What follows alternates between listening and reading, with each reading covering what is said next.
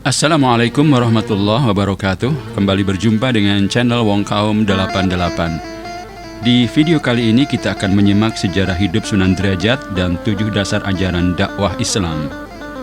Sebelum menyimak lebih lanjut, mohon dukungan untuk channel ini dengan subscribe, karena satu subscribe dari Anda sangat bermanfaat bagi perkembangan channel ini. Terima kasih.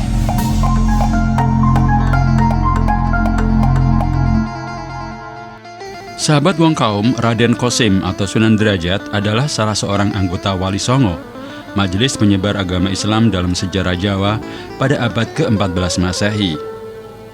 Putra bungsu Sunan Ampel ini melakukan dakwah Islam dengan prinsip pepali pitu atau 7 dasar ajaran selain melalui seni dan budaya. Sunan Derajat lahir di Ampel Denta, Surabaya pada 1470 Masehi dengan nama Raden Kosim sebagai putra termuda Sunan Ampel dengan Nyi Ageng Manila. Ia adalah adik dari Raden Maulana Makdum Ibrahim alias Sunan Bonang. Selain Raden Kosim, Sunan Derajat memiliki banyak nama atau julukan lainnya seperti Masih Munat, Raden Sarifuddin, Maulana Hashim, Pangeran Kadrajat atau Sunan Mayang Madu. Raden Kosim memperoleh ilmu keislaman langsung dari ayahnya Sunan Ampel yang memimpin pondok pesantren Ampel Denta, Surabaya. Setelah beranjak remaja, Raden Kosim merantau ke Cirebon untuk berguru kepada Sunan Gunung Jati. Di Cirebon, Raden Kosim menikahi putri Sunan Gunung Jati yang bernama Dewi Sufiah.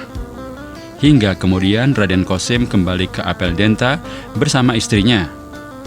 Sesampainya di Ampel Denta, Sunan Ampel meminta Raden Kosim untuk berdakwah di daerah Gresik.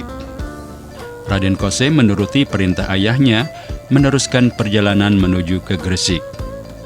Ia menetap di desa Banjarwati dan disambut baik oleh sesepuh kampung yang bernama Kiai Mayang Madu dan Mbah Banjar.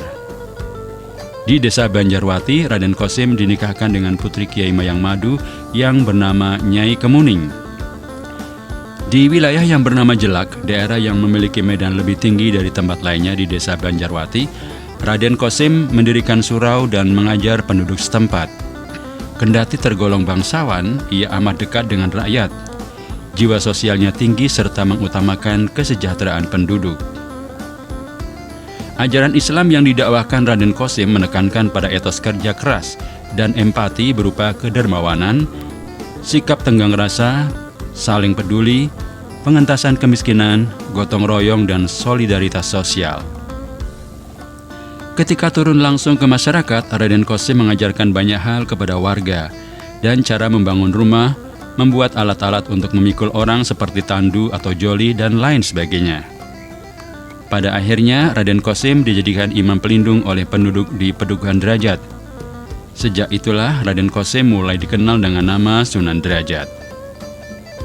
Jika Sunan Ampel mendakwah dengan ajaran Mohlimo, Sunan Derajat berdakwah dengan pepali pitu atau 7 dasar ajaran. Berikut ini pepali pitu sebagai pijakan kehidupan sehari-hari yang disampaikan oleh Sunan Derajat.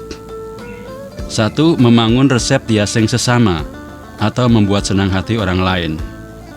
2. Jroning suko kudu eling lan waspodo. Dalam suasana gembira hendaknya tetap ingat Tuhan dan selalu waspada.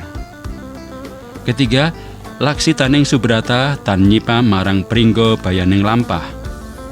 Atau dalam mencapai cita-cita luhur, jangan menghiraukan halangan dan rintangan. 4. Meper hardaning pancadria, atau senantiasa berjuang untuk menekan hawa nafsu duniawi. 5. Heneng hening henung. Dalam diam akan dicapai keheningan, dalam hening akan dicapai jalan kebebasan mulia. 6. Mulya guna ponco waktu, atau pencapaian kemuliaan lahir batin dicapai dengan menjalani sholat 5 waktu. 7. Meneono teken marang wong kang wuta, meneono mangan marang wong kang luweh, meneono busono marang wong kang wuda, meneono pengyup marang wong kang kudanan, atau berikan tongkat kepada orang buta, berikan makan kepada orang lapar, berikan pakaian kepada orang tak berpakaian, berikan tempat berteduh kepada orang kehujanan. Sebagaimana ulama Wali Songo lainnya yang berdakwah lewat seni dan budaya, Sunan Derajat juga mahir menggubah sejumlah tembang. Tembang terkenal yang digubahnya adalah tembang tengahan, Macapat Pungkur untuk menyampaikan ajaran falsafat kehidupan kepada masyarakat. Sunan Derajat juga pandai mendalang serta sesekali mementaskan pertunjukan wayang untuk sarana dakwahnya. Peninggalan Sunan Derajat yang masih disimpan hingga sekarang adalah seperangkat gamelan yang disebut singo mengkok, serta benda-benda senilainya. Di masa tuanya, Sunan Derajat pindah ke kawasan Dalem Mungkur, arah selatan dari desa Derajat. Ia menghabiskan masa tuanya dengan berdakwah di sana. Pada tahun 1522 Masehi, Raden Kosim atau Sunan Derajat tutup usia. Makamnya terletak di desa Derajat, Paciran, Lamongan, Jawa Timur. Sekian video kali ini, terima kasih sudah menonton. Sampai jumpa di video-video selanjutnya. Assalamualaikum warahmatullahi wabarakatuh.